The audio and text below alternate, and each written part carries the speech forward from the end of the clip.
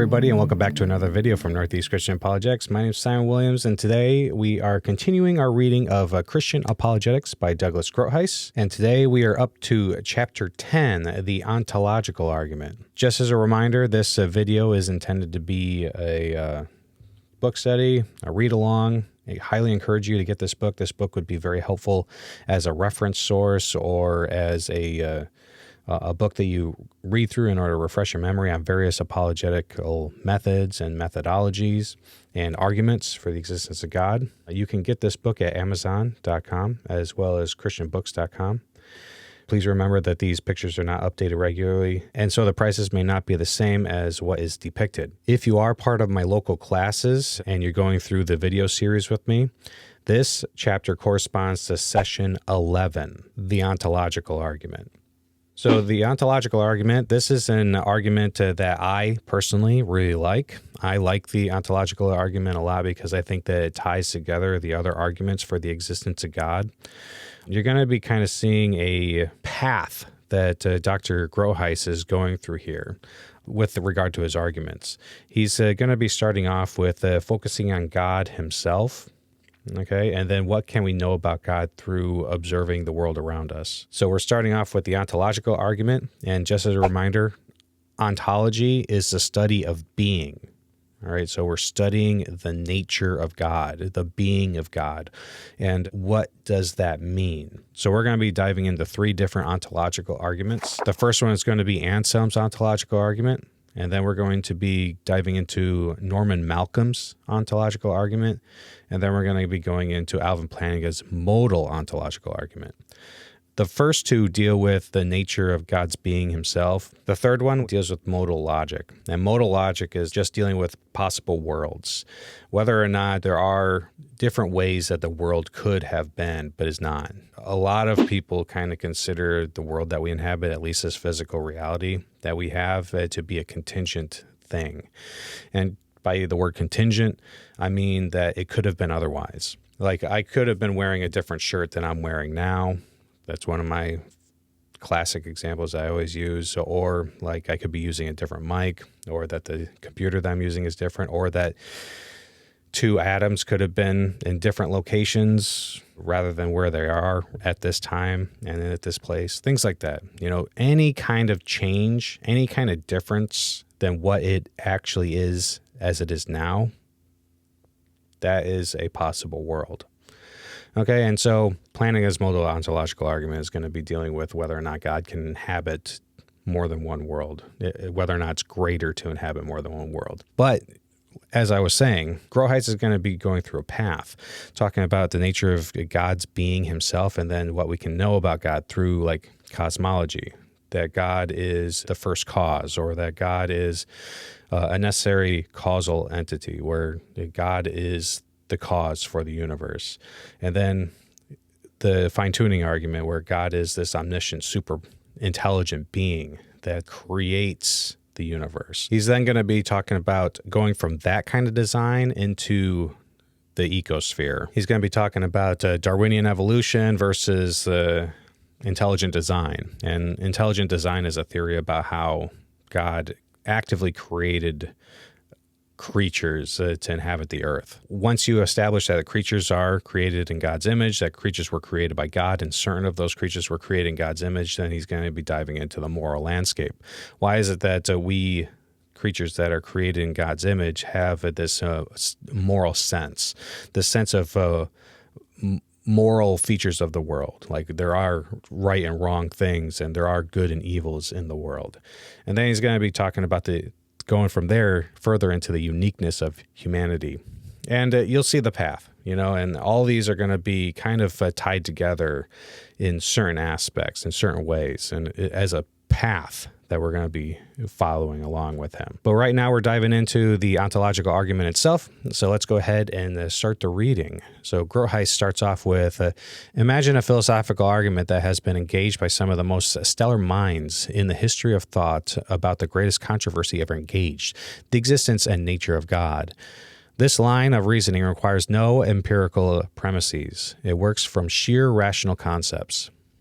Now imagine that the conclusion of this argument announces that a perfect being exists, a superlative entity in whom rests all possible perfections and in whom no defect can be found.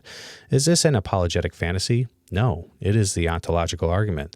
The ontological argument claims that proper reasoning about the idea of a perfect being generates the conclusion that God exists.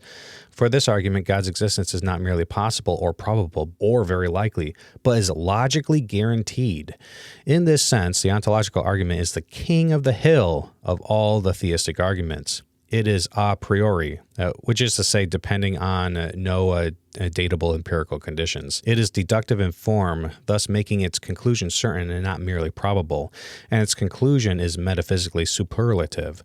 There must be a perfect being. If successful, the ontological argument is a masterpiece of a priori or rationalist reasoning, and as such, sharply and deeply cuts against the grain of the empiricism that dominates both the popular and the academic mind.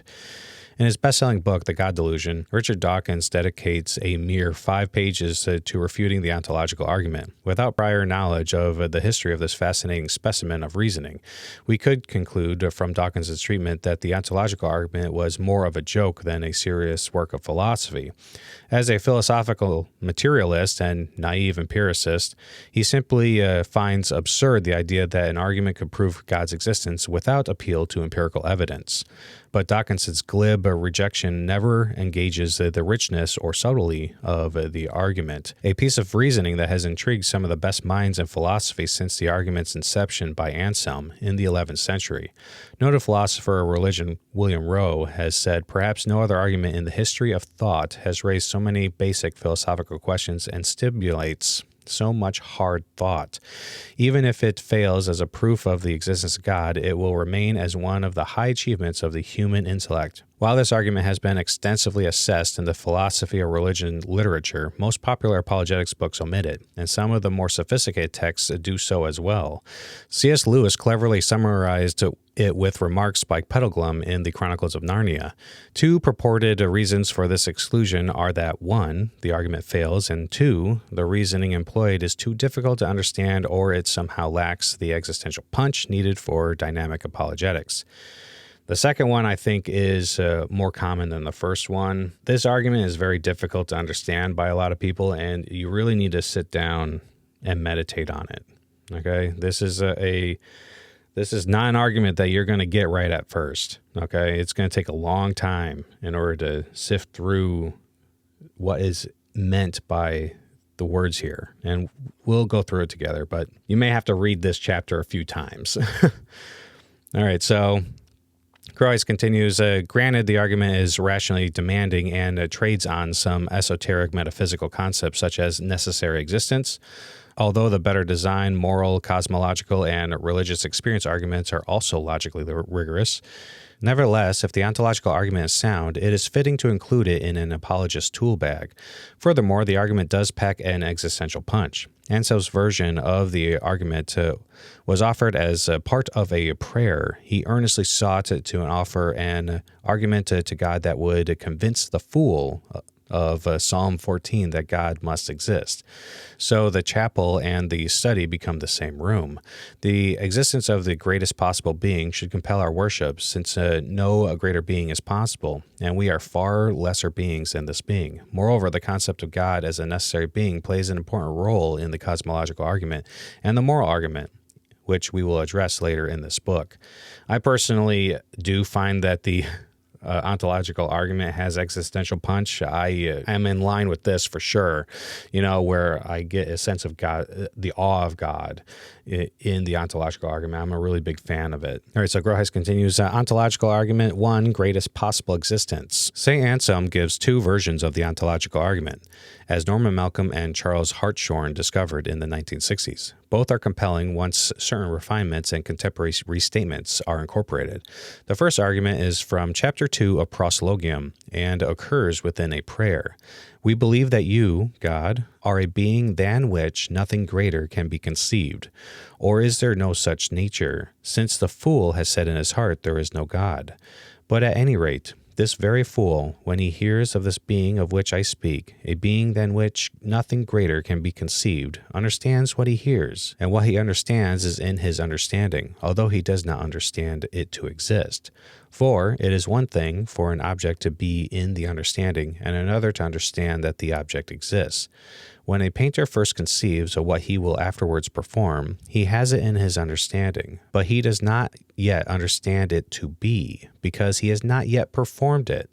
But after he has made the painting, he both has it in his understanding and he understands that it exists, because he has made it. Hence, even the fool is convinced that something exists in the understanding, at least, than which nothing greater can be conceived. For when he hears of this, he understands it, and whatever is understood exists in the understanding. And surely that, than which nothing greater can be conceived, cannot exist in the understanding alone.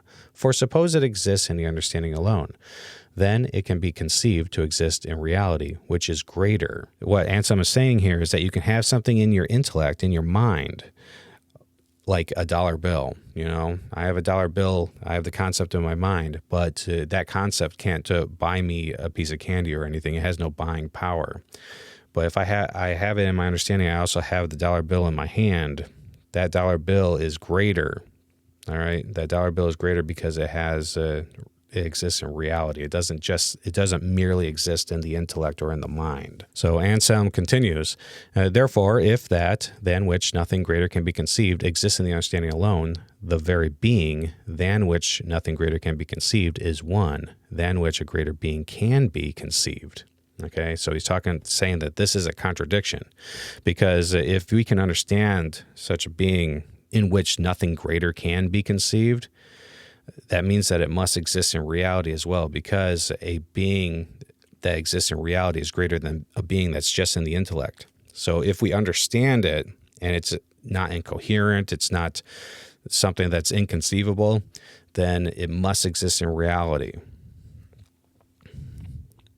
All right, so Anselm continues, but obviously this is impossible, all right, because it's a contradiction. Hence, there is no doubt that there exists a being than which nothing greater can be conceived, and it exists both in the understanding and in reality. Anselm puzzles over the unbelief of the fool and labors to construct an argument to defeat this fool and, thereby, atheism. We may schematize the argument this way. 1. God is understood or defined as a being than which nothing greater can be conceived. Even the fool possesses this concept of God. 2. A thing exists either in A, the understanding only, such as the idea of a painting before it is painted, or a machine that's on paper versus a machine that's out there in the world. A blueprint of a bulldozer is not as great as the bulldozer itself. All right. B, in both the understanding and reality, such as existing in the mind of the painter and then existing on the canvas. 3, it is greater to exist in reality than to exist merely in the understanding. 4, if God exists merely in the understanding, existing only in the mind of the fool, then God is not the greatest possible being, since a being that existed in reality would be greater than a being that existed only in the understanding. 5, but God is, by definition, the greatest possible being, or a being in which a greater cannot be conceived. 6, therefore, God exists not merely in the understanding, as the fool claims, but in reality as well, by reductio ad absurdum. This argument is deductive and is formally valid. If the 5 premises are true, the conclusion follows necessarily from them. Concerning premise 1, contemporary reflection of the idea of a being than which nothing greater can be conceived has taken the concept to mean a greatest conceivable being or greatest possible being. This being is maximally perfect and thus possesses every attribute that it is better to have than to lack. Thus, axiology, the theory or concept of value, plays a key role. Moreover, this being possesses each attribute to the highest degree possible. This qualitative concept of infinity should not be confused with the quantitative concept of infinity, which obtains, for example, with numbers. You can always add more numbers, or weight. You can always add more pounds. Rather, God's perfections have an upper limit, a point of a completion or intrinsic maximum. God possesses the maximal amount of power, goodness, knowledge, and so on, with no admixture of their opposites. For example, one cannot bat higher than 1,000 in baseball, nor can one score higher than 300 in bowling. While these examples involve numerical quantities, they indicate qualitative perfection because of their upper limit. Thus, instead of having only some power, God is perfectly powerful, omnipotent. Instead of being ignorant of anything, God is perfectly knowledgeable, omniscient. Instead of being a mixture of good and evil, God is perfectly good, omnibenevolent, and so on. This qualification of possessing an absolute upper limit becomes important for defeating a criticism of the second version of Anselm's argument, which we will address shortly. Last, God possesses every desirable attribute in harmony with all his other attributes, just as a being could not possess the property of being a good bachelor and of being a good married man. So God cannot possess properties that contradict each other. A collection of logically consistent properties is said to be compossible.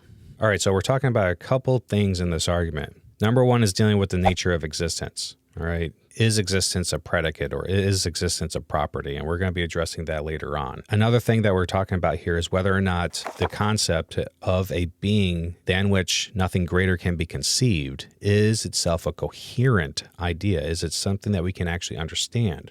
And Anselm here is just claiming that even the fool can understand this. They understand what a greatest conceivable being is. They can understand the concept of a being in which a greater cannot be conceived.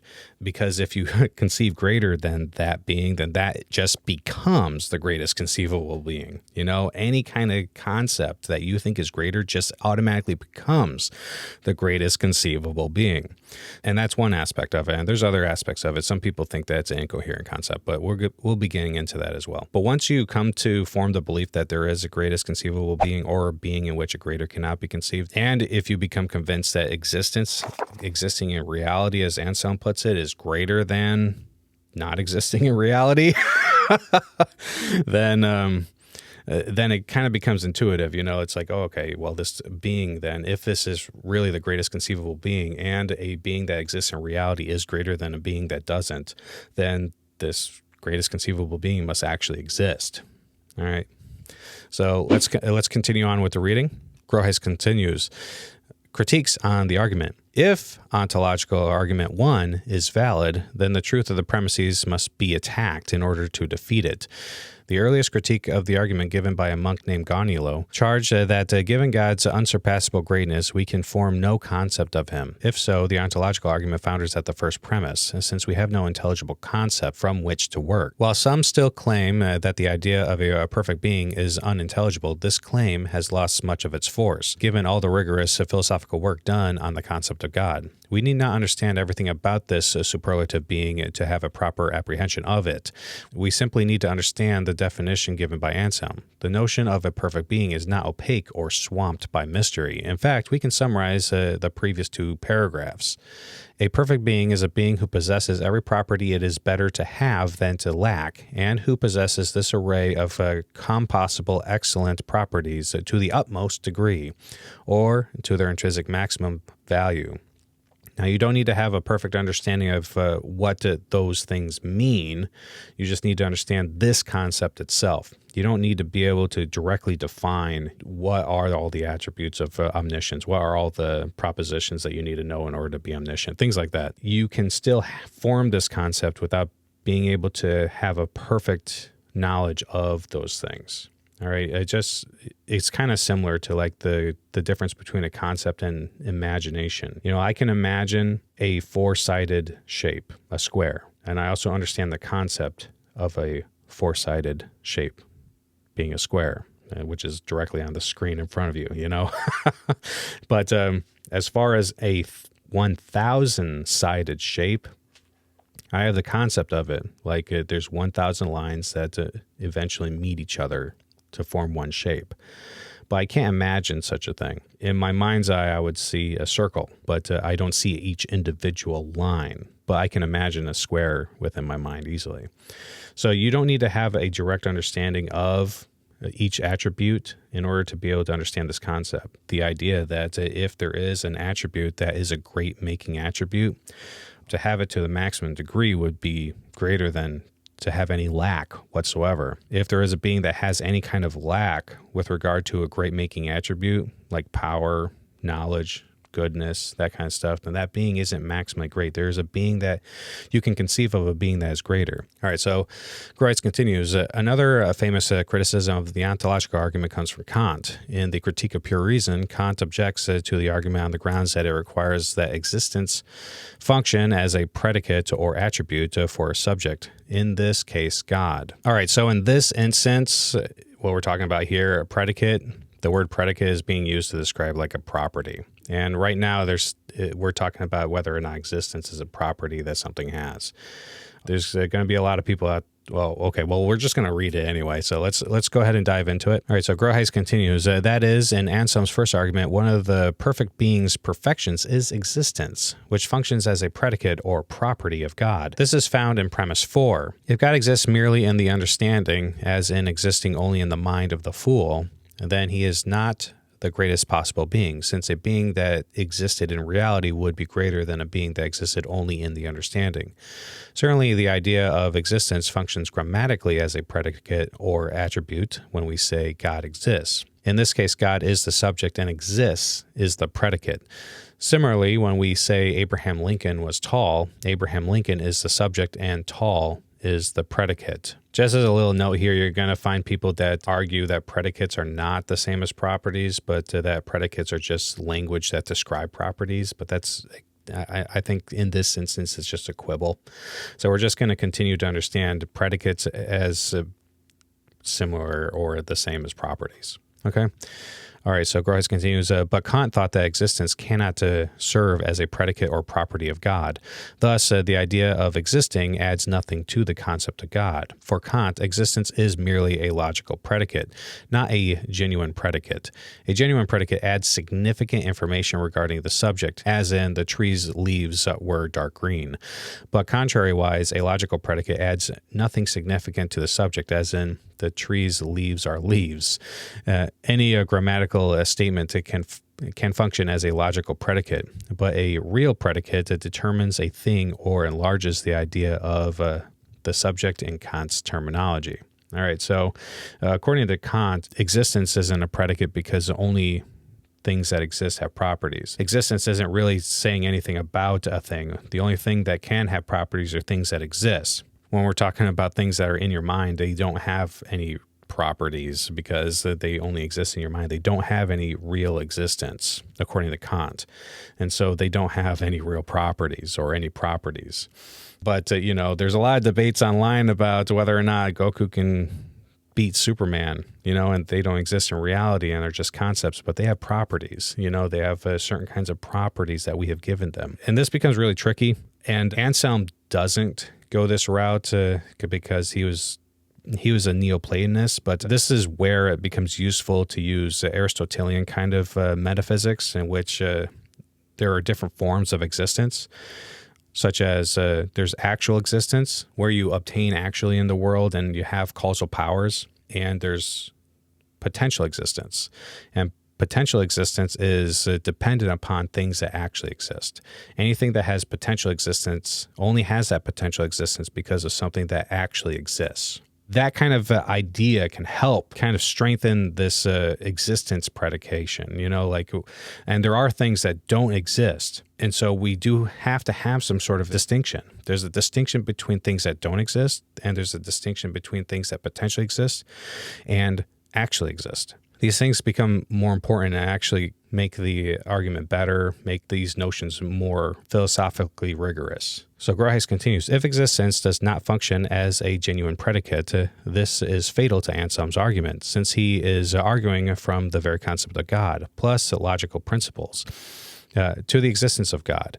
Kant claims that while being almighty is necessary to the idea of God, existing is not necessary to the idea of God. In the same way, having three sides is necessary to the idea of a triangle, but existing is not necessary for the idea of a triangle. That is, it might be the case that no triangles exist, even if the very idea of a triangle requires that it have exactly three sides. One can conceive of God as non-existent, just as one can think of a triangle as non-existent. The predicate of existence adds nothing to the concept involved. The idea of existence is, in Kant's term, merely the copula of a judgment. This means that existence is the link between the subject and the predicates in a proposition, as in, the barn is red. The word here is the copula of the judgment. With this in mind, Kant claims that we either judge or affirm that something X exists or we don't. If we affirm that X exists, then we affirm that all the predicates of X exist. But if we do not affirm that X exists, none of its predicates obtain for it. If Kant is right, Anselm is wrong, since Anselm adds the predicate of existence to the concept of God in the argument just laid out. Consider especially premise 3 and 4. Although Norman Malcolm defends another version of the ontological argument, as we will see, he sides with Kant that existence is not a predicate. He perhaps put the matter more clearly through several examples, the absurdity of which Malcolm thought refuted Anselm. Consider this statement: my future house will be better if it is air-conditioned than if it is not. But what would it mean to say that it would be better if the home existed? The same holds true mutatis mutandis, and this mutatis mutandis just talks about making certain alterations that don't change the main point of something. For children, automobiles, political figures, and so on. To say it would be better if they existed is bizarre. Malcolm accuses Anselm of having smuggled in the idea of existence as a real predicate, something that adds meaning into the concept of an entity. Clarifying predication. Yet, the matter of predication is more subtle and multiform than Kant and Malcolm conceive. Following Malcolm, we should grant that it is odd to add the idea of existence to that of a desired home or child. This oddness occurs because the existence of the home or child is presupposed in the context of the discussion, although we may wonder whether or not the desired object will ever exist. However, it is not odd to use existence as a predicate in any number of other descriptive settings. For example, a young girl may be listening to a story read by her mother. The story includes a variety of animals, some found in zoology books, real, such as a lion, and others not, unreal, such as a unicorn. The child may ask of any particular animal, "Mommy, is that animal real or just in the story?" The child is asking whether the animal described in the children's story exists in reality or only exists in the understanding, to use Anselm's phrasing. The question is perfectly intelligible and intelligent and commits no fallacies. Existence is legitimately functioning as a predicate in this case and in cases of a similar sort. The same holds for the claims of cryptozoology. Do the Loch Ness Monster or Bigfoot exist or not? After James Frey's supposed memoir, A Million Little Pieces, was revealed to be largely fictional, many wondered which of its accounts were factual and which were fictional. In other words, did event X occur, exist objectively in reality, or not occur, exist subjectively in Frey's mind? Existence functions legitimately as a predicate here as well. So it seems that there is nothing wrong with existence functioning as a predicate for the subject God, since the matter of God's objective existence is a legitimate question, like the ontological status of the animals in the children's story or in matters of cryptozoology or James Frey's descriptions of events. These things are possibly existing things, so existence is an appropriate and meaningful predicate concerning their ontological status. Yeah, and like whenever we're talking about like news and things of that nature.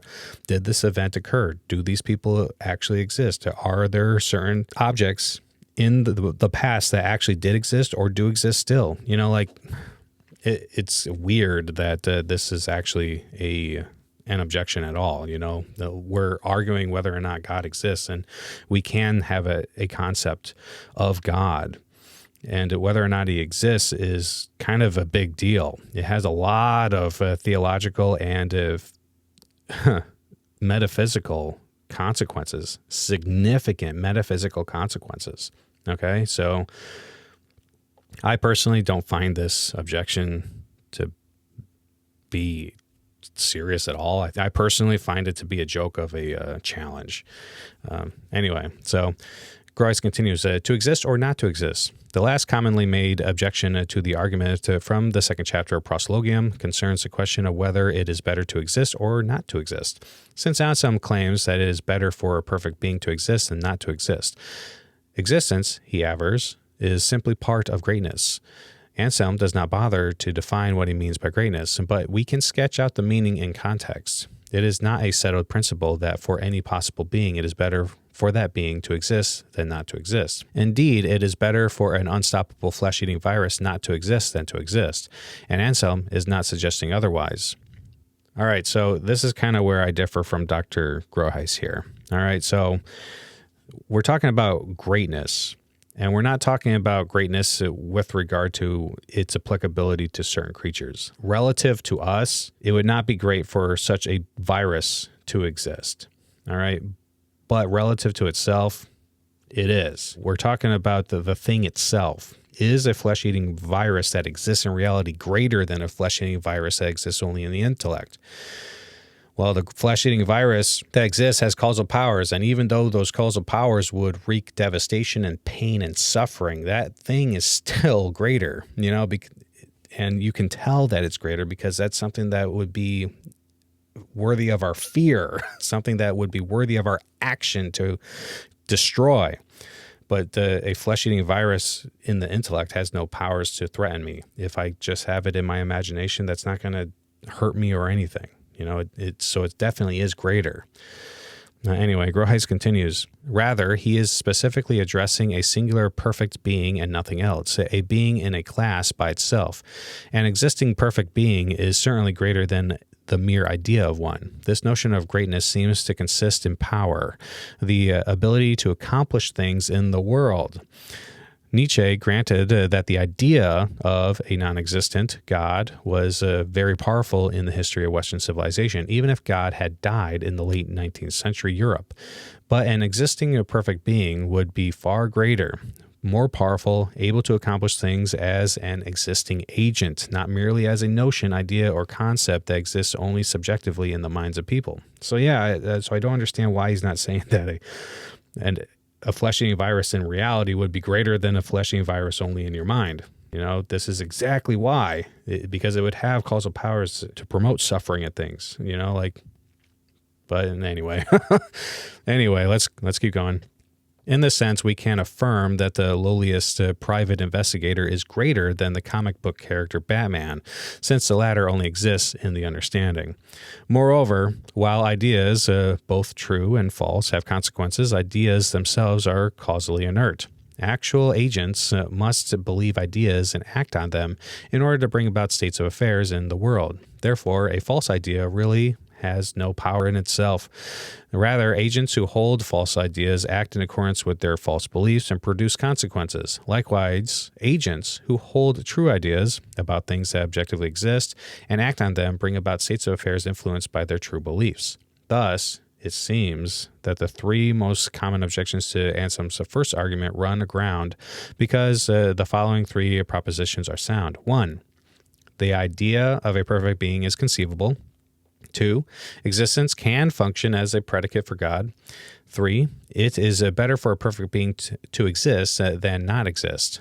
But even if his first ontological argument fails, he has another argument that trades on ideas of necessity and possibility, or modal logic. So I think that we need to highlight this. All right. So the three propositions are sound. The first one, the idea of perfect being is conceivable. 2, the existence can function as a predicate. And 3, that it is better for a perfect being to exist than for it to not exist. All right, so those are the big hitting issues with Anselm's first version of the ontological argument, and that's where you should be looking at with regard to your studies. When you're diving further into this kind of investigation, we should be looking into whether or not existence can be a predicate or a property of something, and whether or not a perfect being, the idea of a perfect being, is itself conceivable, and whether or not it is better to exist than to not exist. I personally think it's obviously greater to exist than not exist, and I think that all of them are pretty much, at this point in my life, they're pretty much intuitively ought to be preferred than to be discouraged or doubted. But it's up to you to look into those more on your own. All right, so Anselm's ontological argument number 2. The argument of Chapter 3 of Proslogium was routinely conflated with the argument from Chapter 2 until Norman Malcolm and Charles Hartshorne distinguished them. In the second argument, Anselm writes, God cannot be conceived not to exist. God is that than which nothing greater can be conceived. That which can be conceived not to exist is not God, and it assuredly exists so truly that it cannot be conceived not to exist.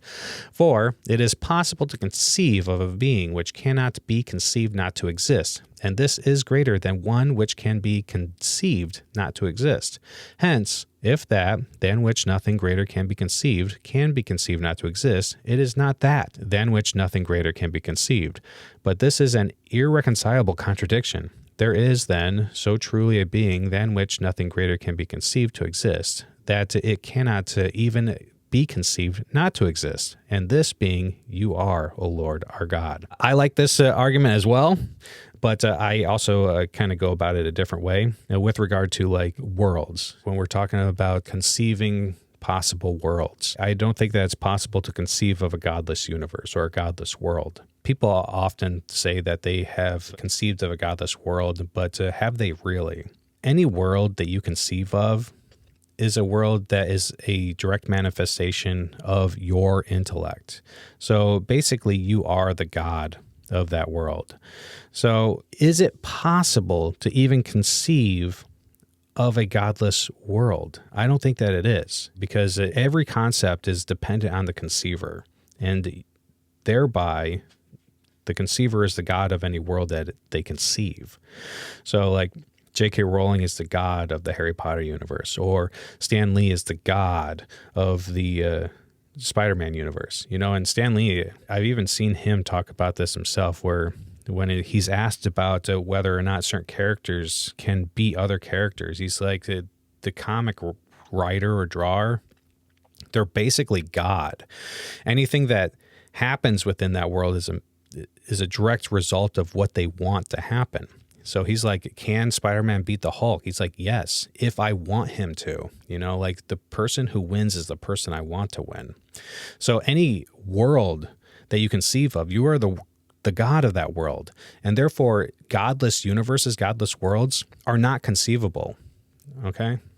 But this is a good way to go about doing it as well. There is an irreconcilable difference between the notion of a greatest conceivable being and that being also being contingent, okay, as we'll explore further. So Groothuis continues. Here, Anselm employs an argument strategy similar to the one in Chapter 2. The difference with this argument is the employment of the concept of what later philosophers call necessary existence. God does not simply happen to exist as a being than which nothing greater can be conceived to exist. Rather, God exists as a matter of logical necessity. God does not exist as a contingent state of affairs, something that might or might not have obtained, such as, for example, the saxophone. We can rightly conceive of a sad world in which saxophones were never invented.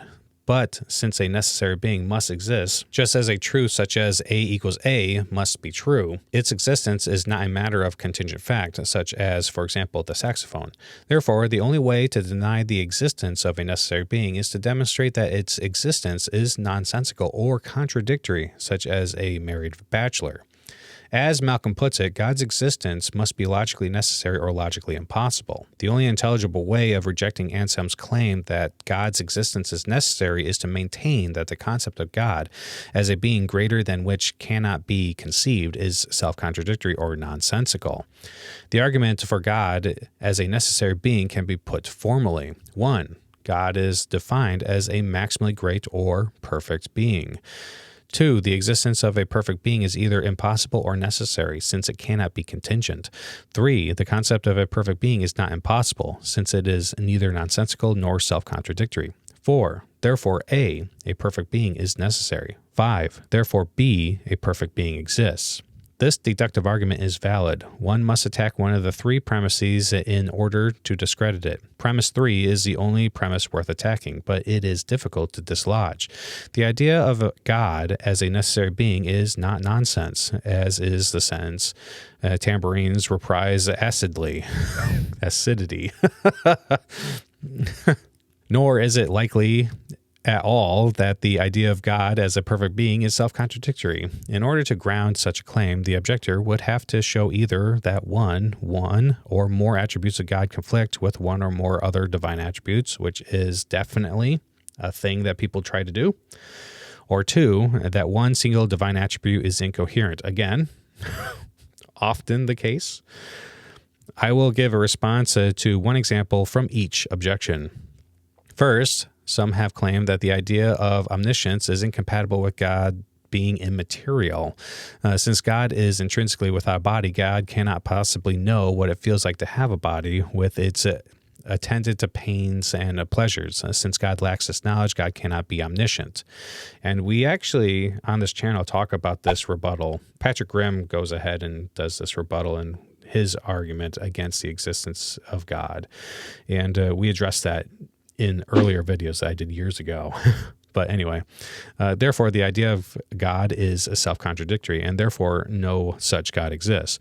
The flaw with this argument lies in both its concept of omniscience and its failure to grasp a specifically Christian understanding of God. The classical theological claim of omniscience is not that God has a first-person experience of all that occurs in any sentient being in the universe, but that God has knowledge, justified true belief, of all propositions, both true and false, believing the true to be true and the false to be false. All right, so here, but that God has knowledge, justified true belief, this is good, of, I'm going to highlight this, of propositions. Okay, so this is a constituent or a form of knowledge, but he goes on to say, includes this word all here.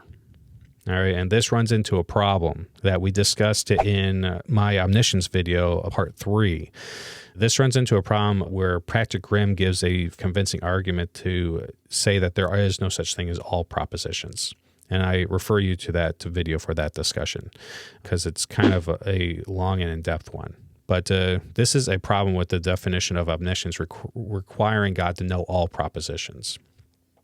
All right, so, but that God has knowledge, justified true belief of all propositions of both true and false, believing the true and to be true and the false to be false. Nevertheless, given God's unlimited power to know, God has access to the subjective states of finite and embodied creatures, human and non-human, experiencing what they experience by seeing through their eyes, hearing through their ears, and so on. So while God is not a finite and embodied being, God is able to enter into the subjectivity of finite embodied beings. I recommend jumping into that series, the omniscience series that I did, because there's more to this. You know, like if God were to have this first person awareness of embodied creatures, being like, I am Simon, that wouldn't be a mark of God's omniscience. That'd be a mark of God's insanity, you know, like, because he's not Simon. So there's a lot that goes into this. I encourage you guys to check out the video series. So Groothuis continues, this might be called omnisubjectivity. Nevertheless, since God is not himself a finite embodied being, God cannot experience that kind of existence in a first-person sense. This does nothing to deny God's omniscience, classically understood. Rather, it simply stipulates who God is qua God and God's relation to the not God, the material and finite creation. So we're limiting the notion of omniscience to propositions here. All right, to propositions. And remember that propositions are just the contents of declarative statements. Moreover, Christianity, unlike any other religion, claims that the second person of the Trinity took on a human nature at the incarnation. Therefore, God does know something of the embodied human condition in the first person. God knows what it's like to be a human being. However, God would not know experientially those conditions outside of those experienced by Jesus, such as being married or committing sin. Therefore, the claim that God is not omniscient fails because he does have knowledge of all things and is not a stranger to first-person human experience in Christ. Second, the famous paradox of the stone claims that the divine attribute of omnipotence is self-contradictory. This objection is usually posed as a question. Can God make a stone so heavy that God cannot lift it? A similar non-theological question is what happens when the irresistible force meets the immovable object? This sets up a dilemma. One, if God cannot create the unliftable stone, then God is not omnipotent since he cannot create the stone.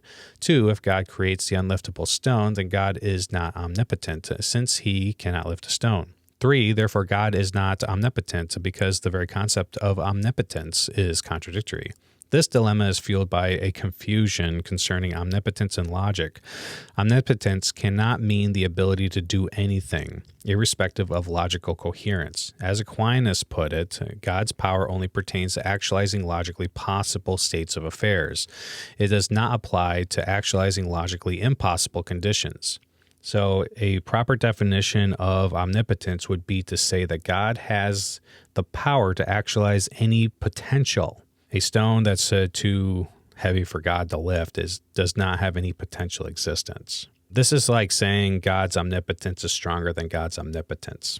It doesn't make any sense. It just is God's omnipotence. You also have to understand how God relates to the physical world. Stones are physical entities, and everything about the physical world is a manifestation of God's intellect.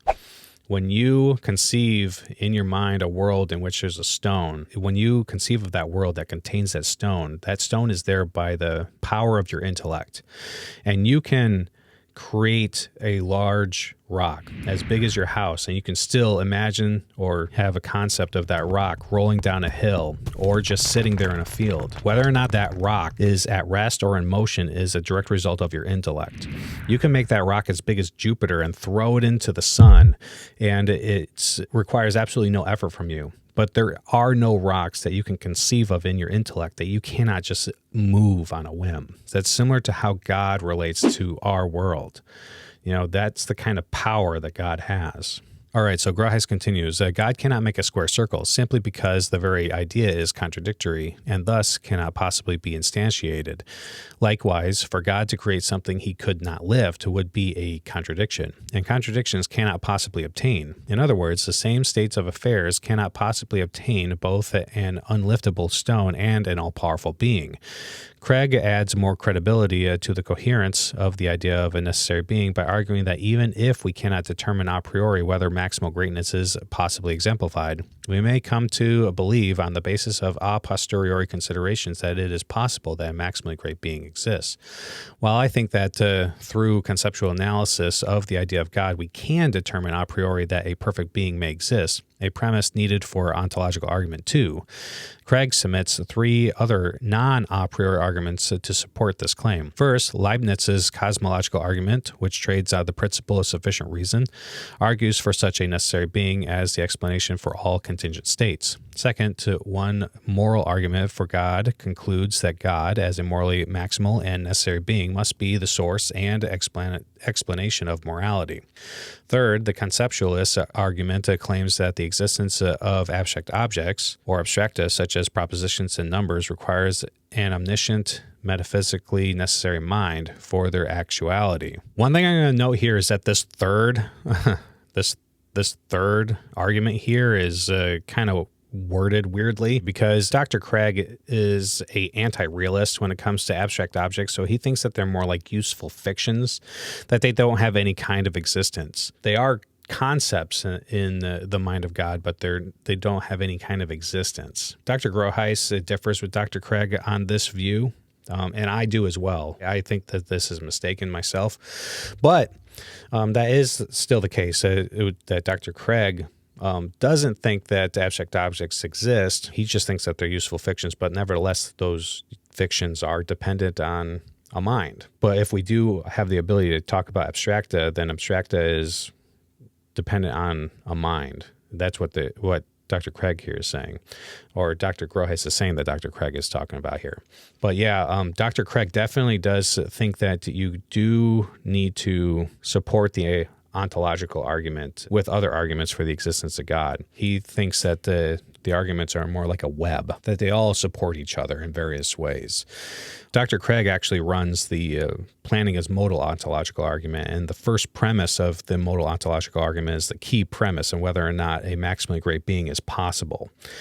And in order to support that premise, you can use the other arguments for the existence of God to say, okay, well, we can reasonably infer that the being that finely tuned the universe is omniscient, or the being that created this vast universe is omnipotent, or that The being that is the source of all goodness is perfectly good. Things like that. Let's go ahead and continue. Groothuis continues with, Craig summarizes his case that these other arguments lend credibility to the idea that God's existence is possible. Thus, the Leibnizian cosmological argument leads to a metaphysically necessary being, which is the ground of existence for any concrete, that is, contingent entity. The moral argument to a locus of moral value, which must be as metaphysically necessary as the moral values it grounds, and the conceptualist argument to an omniscient, metaphysically necessary intelligence as the foundation of abstract objects. If these arguments are sound, they show that the idea of a perfect being or maximally great being is logically possible. If so, given the previous ontological argument, then a perfect being exists necessarily. If so, logic has established the existence of a being with whom we have to do. Possible worlds and a necessary God. The ontological argument that flows from Chapter 3 of Proslogium has been further developed by Anselm and Plantinga through the use of possible worlds conceptuality. Although this subject can involve complex metaphysics, a simplified understanding does the work required here. A possible world is simply a way of considering possibilities. It is a logically possible state of affairs, which either exists because it is actual as well as possible, or does not exist, but which might have existed. To put it another way, a possible world is a description of the set of facts that would make up a hypothetical world. It is a maximally consistent set of propositions. So I think that we need to highlight this. To put it another way, a possible world is a description of the set of facts that would make up a hypothetical world, or a maximally consistent set of propositions. All right? Let's highlight that. This is talking about possible worlds, and we're talking about modal logic here. You can talk about possible worlds being like sufficient descriptions of how reality actually is, or how certain worlds are. A way that I kind of conceptualize it, it's kind of weird, but it works for me. You can kind of consider video games to be possible worlds. When you think of games like Skyrim or Super Mario 64, the descriptions of those worlds are the code that's used to run those games. That code is descriptions of that reality. It describes the physics of the world, how objects behave, how people behave, the things that you can and cannot do.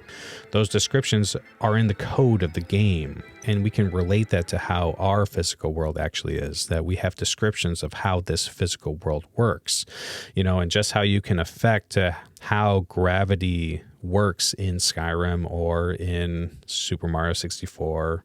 You can affect how gravity works, or at least it's extrapolated that the gravity of this world could have had a different power to it, have a different strength. Okay? All right, so Groothuis continues. Therefore, a possible world cannot contain people who are taller than they are, nor can it contain beings who need oxygen to survive, but have none in their world. In light of this basic understanding, we may move to Plantinga's possible world ontological argument. Plantinga's argument trades on Leibniz's idea that the existence of God is possible, that is, it is not a contradiction. From this, Plantinga argues that, 1, it is possible that a maximally great being exists. By this, he means what we have described as a perfect being, or greatest conceivable being. All right, so something that I'm going to note about Plantinga's modal ontological argument is that there's a difference between maximal greatness and maximal excellence. A being that has maximal excellence is a being that has omnipotence, omniscience, perfect goodness, while a being that is maximally great is a maximally excellent being that exists in every possible world. Everything in Plantinga's modal ontological argument hinges on the first premise. All the other premises are basically just describing what you would expect to see from a maximally great being. They're just describing it, okay? It's logically entailed by the definition of what a maximally great being is. Number 2, if it is possible that a maximally great being exists, then maximally great being exists in some possible world. That is, God's existence is not impossible, logically contradictory. So we can conceive of a world in which God does exist.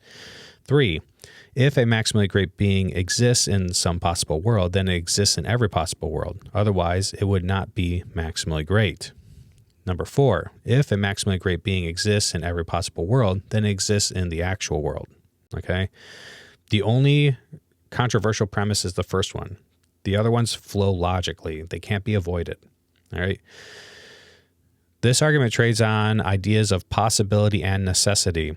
A possible state of affairs is logically consistent whether or not it actually exists in the real space-time world. So, the idea of a unicorn is logically possible since it is understood to be an animal that does not possess incompatible properties. Unicorns do not exist in our world. Nevertheless, they could exist. That is, they exist in a possible world. But a unicorn is not conceived as a necessary being, a being that must exist given its very nature. God is considered as such. And there is the rub metaphysically. If the concept of God is not impossible, then God must exist in at least one possible world. And in that possible world, God's existence is necessary. That is, God cannot not exist.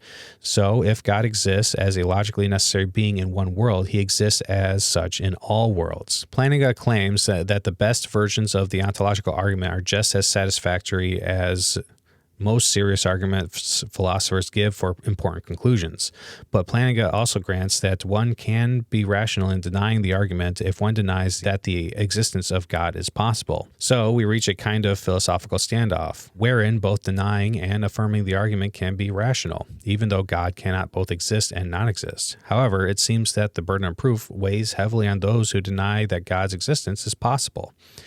One can only demonstrate the impossibility of God's existence by showing a contradiction within the idea of God, as mentioned earlier. Remember, it is much more modest to just claim that it is possible for something to exist. Much more modest than to say that it's impossible for something to exist. In order to be justified in believing that it's impossible for something to exist, you need to be able to demonstrate it somehow. Especially in some sort of logical contradictory way. And so it's actually the more humble position to take on this role of believing that it's possible.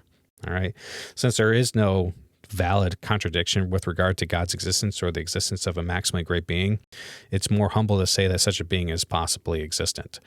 But if you do say that, then it logically entails existence. All right, so Groothuis continues. Some, such as Ganilo, have tried to reduce this argument to absurdity by setting up parallel or parody arguments that prove silly things, such as a perfect island. 1, it is possible that a greatest possible island exists. 2, if it is possible that a greatest possible island exists, then it exists in some possible world. 3, if a greatest possible island exists in some possible world, then it exists in every possible world. 4, if a greatest possible island exists in every possible world, then it exists in the real world. 5, but it is absurd that the greatest possible island exists in this world, since every extant island is less than perfect.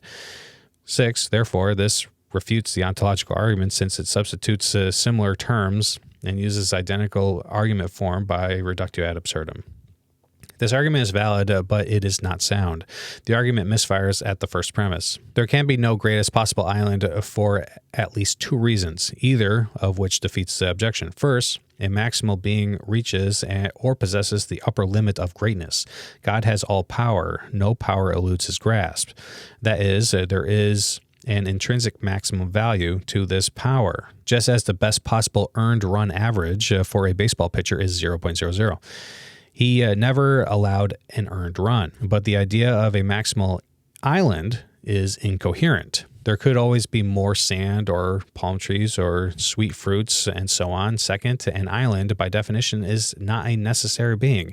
Its existence is contingent on all manner of things. We can easily conceive of a possible world in which there are no islands. What makes the ontological argument work is that the ontology of God as a necessary being. All right, so we have to remember that the ontology of the being is important here. But with regard to this maximally great island argument, it could also be argued that the closer you make any item to be maximally great, it becomes more and more God-like.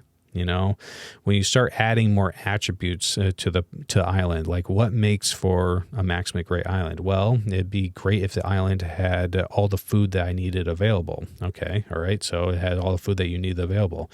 It'd be great if the island was sentient in some way and it knew exactly what I needed when I needed it and would provide that when I needed it. Okay, so the island has sentience now. It'd be great if the island loved me and had my interests in mind in its conduct and in its decision making. Okay, so it loves you And you can see the progression here.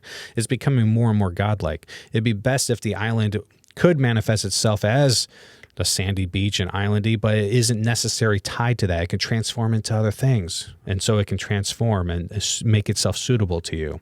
It'd be great if it wasn't only material and that it could reach it out to me in a spiritual way. Okay, so it's immaterial. Like this island becomes more and more godlike as it becomes greater and greater. And this goes back to a debate that Dr. Craig had with an atheist, in which the atheist was talking about the supercomputer and making it greater and greater until Dr. Craig was finally like, the being that you call a computer is just another name for God. There's more than a tiny bit of evidence on the table. But is he saying evidence for what? Evidence for a beginning of the universe. Yes. Well, we know that. Nobody disagrees. All right, well, that's what I'm offering in this first argument, is the evidence. But because it's a beginning doesn't imply a God.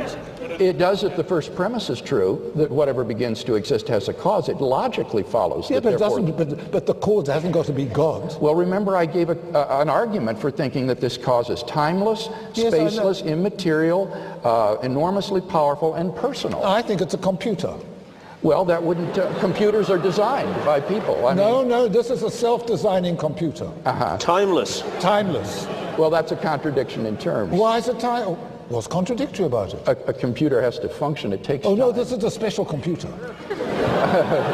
Yeah, but it has to be logically coherent. Oh, it's logically coherent. Yes, you have to be logically coherent. Oh, no, this computer is amazing. No, besides, it would have to be, as I said, a personal being. No. A computer is a physical Not this computer. Object. Oh, well, then, no. Okay, see, what you're doing is what you're calling a computer is really God. A non-physical,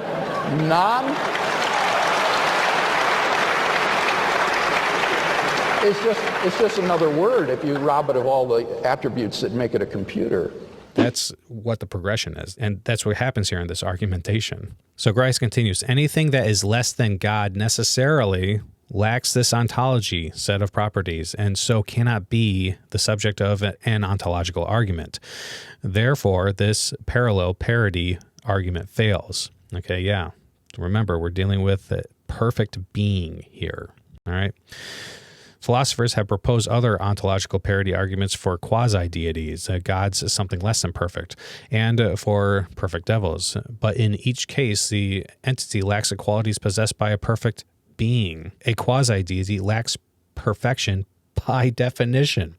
A devil, by definition, is imperfect, since it is evil and not good. Moreover, as William Wainwright points out, we know that quasi-deities and perfect devils do not exist. They are cooked up of philosophical examples, as premise 5 grants. God is a serious entity of consideration here.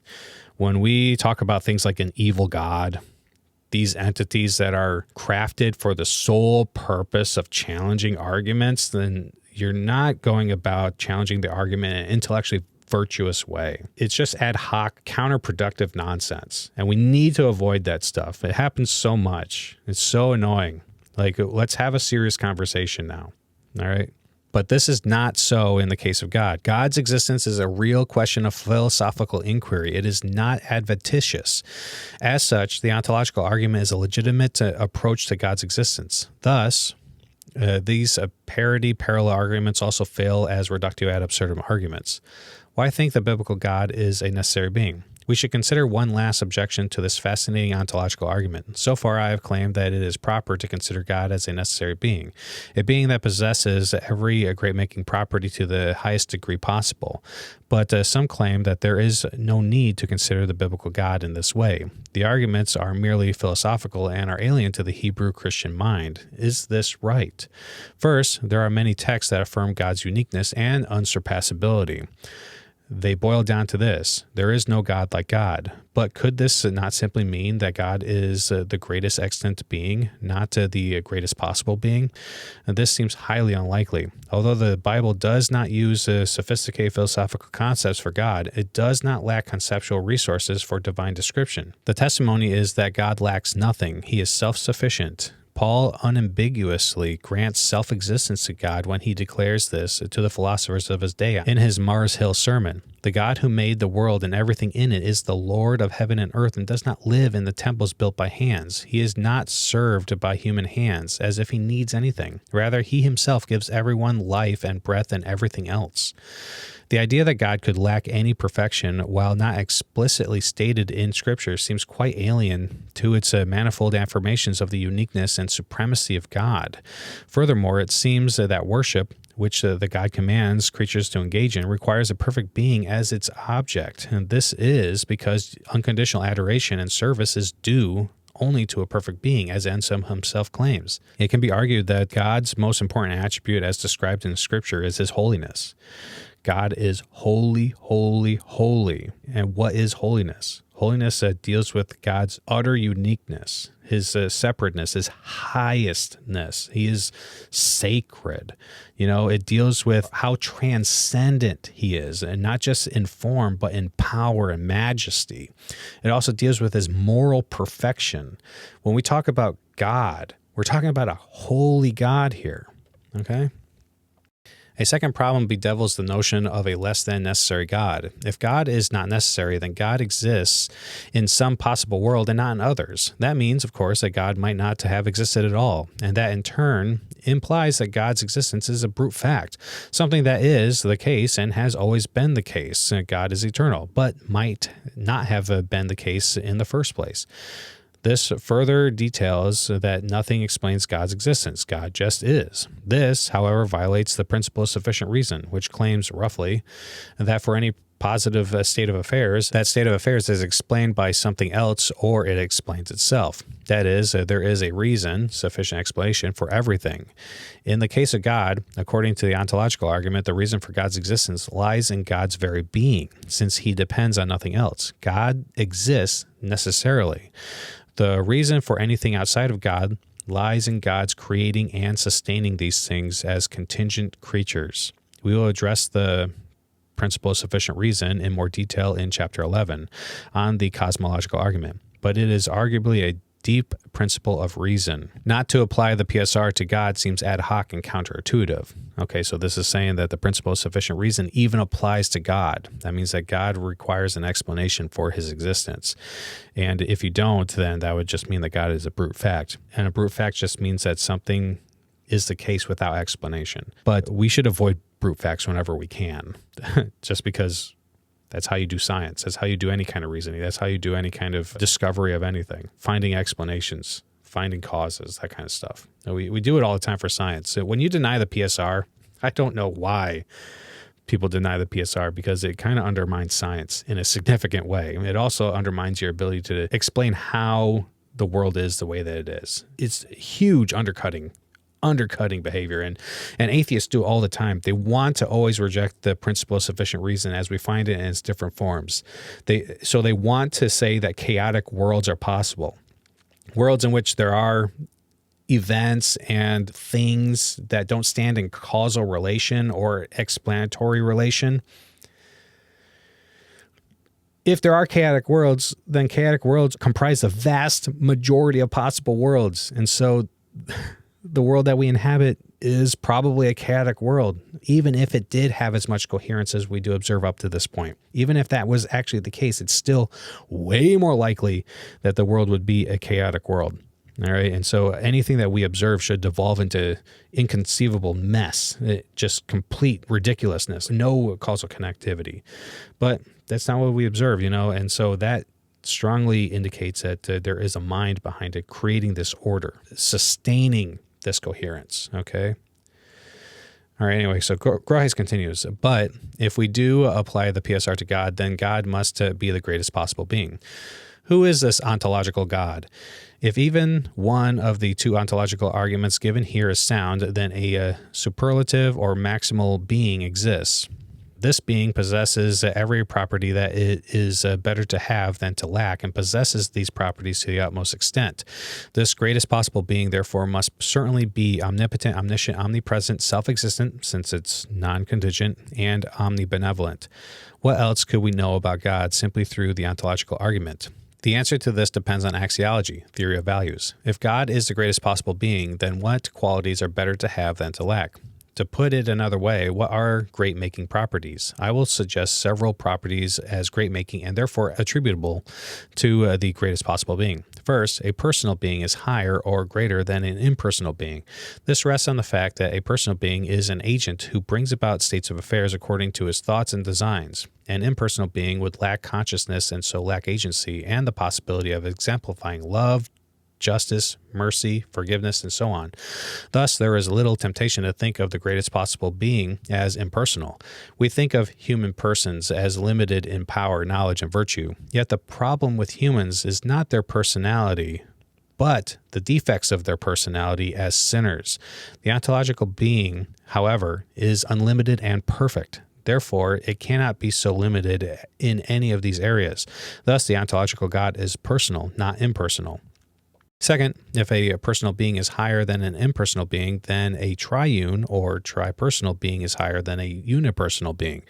Although there is nothing within the ontological argument that directly implies the existence of the Trinity, when we compare the biblical revelation of the Trinity to a unipersonal God, we can argue that the Trinitarian conception of deity is more excellent. It is a great-making property. This is rooted in the concept that God, as three in one, establishes an internal relationship of perfect interaction.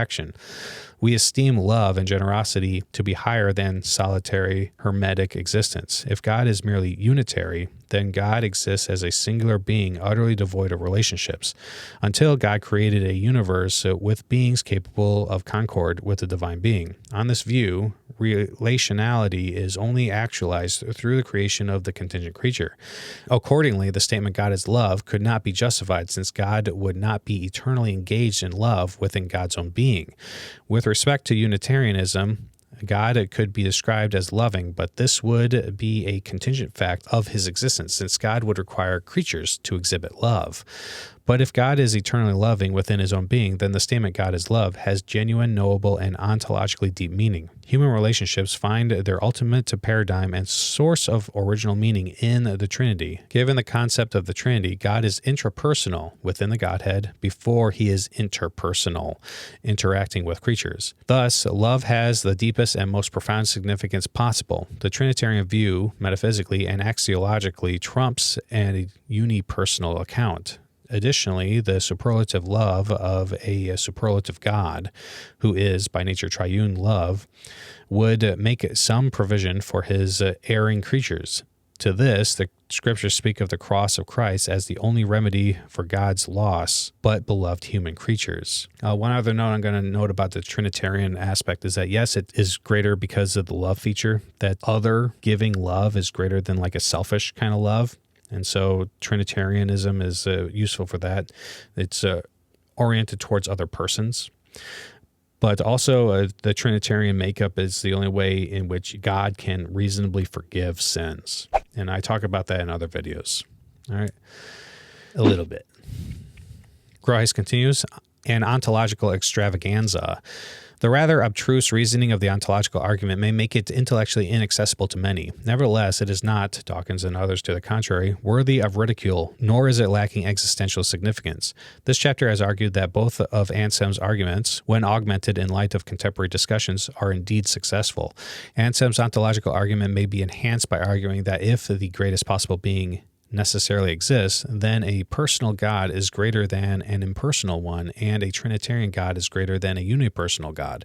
But since the ontological argument is an a priori argument, it does not directly speak to how perfectly this perfect being may have revealed himself in history. However, if God is perfect, then we are warranted to believe that God will care about creation and reach out to his erring mortals in some way.